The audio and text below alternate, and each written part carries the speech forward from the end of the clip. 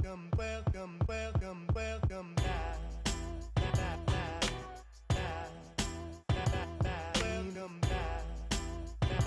Join the movement. Hi, Gru Americano. Hi, Darren. Miss you guys. Let's get into this wrestling stuff. Wrestling Rants 901 brings you a video talking about Monday Night Raw. Was it Raw or was it Ooh? Anyway, kick this off in California, getting ready closer to WrestleMania. But they gotta make a pit stop at Super Showdown. But Becky Lynch kicked this off, defending her Raw Women's title against Asuka. It was a good back and forth match. I knew Asuka was gonna win, but she didn't. Who knows? Who cares? Because they're building towards the person that attacked Becky after the match, Shayna Baszler. She truly took a bite out of crime on Becky's neck. Went vampire on her. That was crazy. It was weird. That was didn't see that coming. So anyway, yeah. Mojo Rawley and Riddick Moss lost in the squash match to the Street Profits. Everybody's been this way, okay? Yeah.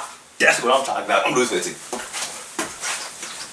So, then after the match, Riddick turned on Mojo, took 24/7 title from him, and ran away. Mojo's mad. Moving right along, Becky came back, drove the ambulance that she left in, went to the doctor, came back. And she told Shayna Baszler, look man, you better make sure you find me before I find you, because this is going down. Chitty, bang, bang, you gon' die. Just like that. Not like that. It's all that, but with an Irish accent. You know what I mean? Anyway. But I want to talk about Randy Orton. Right when we think he finna explain like why he did what he did to Edge, here comes Matt Hardy. Delete.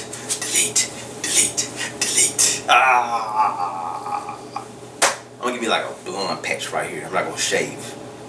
Yeah. My wife's gonna shave me while I'm asleep if I do that. Who cares? Anyway, then Matt Hardy gave his heartfelt speech about him and Edge, how they started with friends and the whole leader thing. Then when Edge retired, he forgave Edge for everything and they became friends again. I mean, they did because him, Christian, Jeff, along with Edge, Matt Hardy, they did a table for 4 of them. They talked about TLC matches. Been even cooler if the Dillons were there. But anyway. And then Randy Orton, he attacked him same way he did Edge. Matt held his own, but he got RKO'd and a single concerto. So, and Matt Hardy, I heard his contract's pretty much coming to an end. I think beginning of March. I think March 1st. So he might just be done with WWE. And I mean, I don't blame him. They didn't really properly use him the way they should have. Even when they let him be woken Matt Hardy. We didn't get the broken Matt Hardy because of legal issues with Matt Hardy and Impact Wrestling. But he owns the rights to the broken universe, and I just really hate that WWE didn't capitalize on that character like they should have. They should have let Matt do his thing like he did in Impact. But WWE production make everything kind of weird. So anyway, moving on. We got the M.V.P. in his V.I.P. lounge. Mr. WrestleMania's next to be. I'm calling him Mr. WrestleMania. I'm calling Drew McIntyre Mr. WrestleMania because this is going to be his WrestleMania because he's going to beat Brock Lesnar. Watch what I tell you. So this year, he'll be Mr. WrestleMania this year because he won the Royal Rumble and the person he eliminated first in the Royal Rumble was Brock Lesnar. He going to win. So he going to be Mr. WrestleMania for that one night. And he Claymore kicked the MVP because the MVP was getting a little too familiar, trying to make it seem like he needs him. MVP, Drew don't need you to be his spokesperson. He don't need you to be his power hand to talk for him, none of that stuff, dog. And he showed you that when he Claymore kicked you over the couch. There it is, boy. Back on up. The heavens opened up on Raw. Because apparently they took notes from SmackDown. And we got Cedric Alexander on TV. And it won a squash match. It was a good back and forth match. He took on Angel Garza after Humberto attacked Angel Garza before the match. Yeah. Cedric put a good match. He lost. But yeah. And I read a line that he was looking for a tag team partner to go on NXT with. Which would be dope if they do it right. I know they would. Triple H over there. Squash match number 2. Sarah Logan, Rhea Ripley. Rhea Ripley won. Out came Charlotte. Still ain't telling who she's going to wrestle for WrestleMania. But we know, but we're not going to say it yet until they announce it. But woo! Rhea Ripley. It is. I mean, it's good. Could be something different we haven't seen. Because Charlotte has beaten everybody. Pretty much. That's worth beating. And have a WrestleMania match with. She beat them all on Rick. So anyway, moving along. Bobby Lashley took on Ricochet. The thing about WWE, especially Raw, it's like either it's a squash match or you already know who's gonna win a match. I mean, they'll put on a good match, but you know who's gonna win. And I mean, I'm fine with a good match, but I would like to be a good match and not sure who's gonna win. Those are the matches I really like.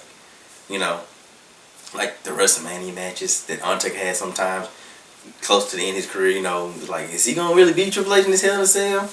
Is he really gonna beat Shawn Michaels WrestleMania 25? Like, I like those kind of moments. And Ricochet and Bobby Lashley, with everything that's going on between them and around their characters, with Ricochet gonna challenge Brock Lesnar Super Showdown for the WWE World Heavyweight Championship, you know he's gonna beat Bobby Lashley so he can keep his momentum. Bobby Lashley, we just really want to see him and Brock go at it before they get too old and nobody's not gonna care anymore. Gosh, man. Anyway, squash match number 3. Aleister Black took on Akira Tozawa. Yeah, Fade to Black. Aleister Black gave up another promo talking about, for now, people not going, he's not in the cage with them, they're in the cage with him. Fade to Black. Anyway, I mean, whatever happened to, you know, making storyline in these matches entertaining? What happened to those days? Because right now, this whole Seth Rollins and his disciples against Kevin Owens, Samoa Joe, and AOP, to me, is just really, really just getting stale because Seth Rollins and his disciples win every match. I'm just going to go back to the last 3 weeks. Might even say 4. Because they beat the Viking Raiders for the tag titles. And then they beat Kevin Owens and Samoa Joe and they defended tag titles.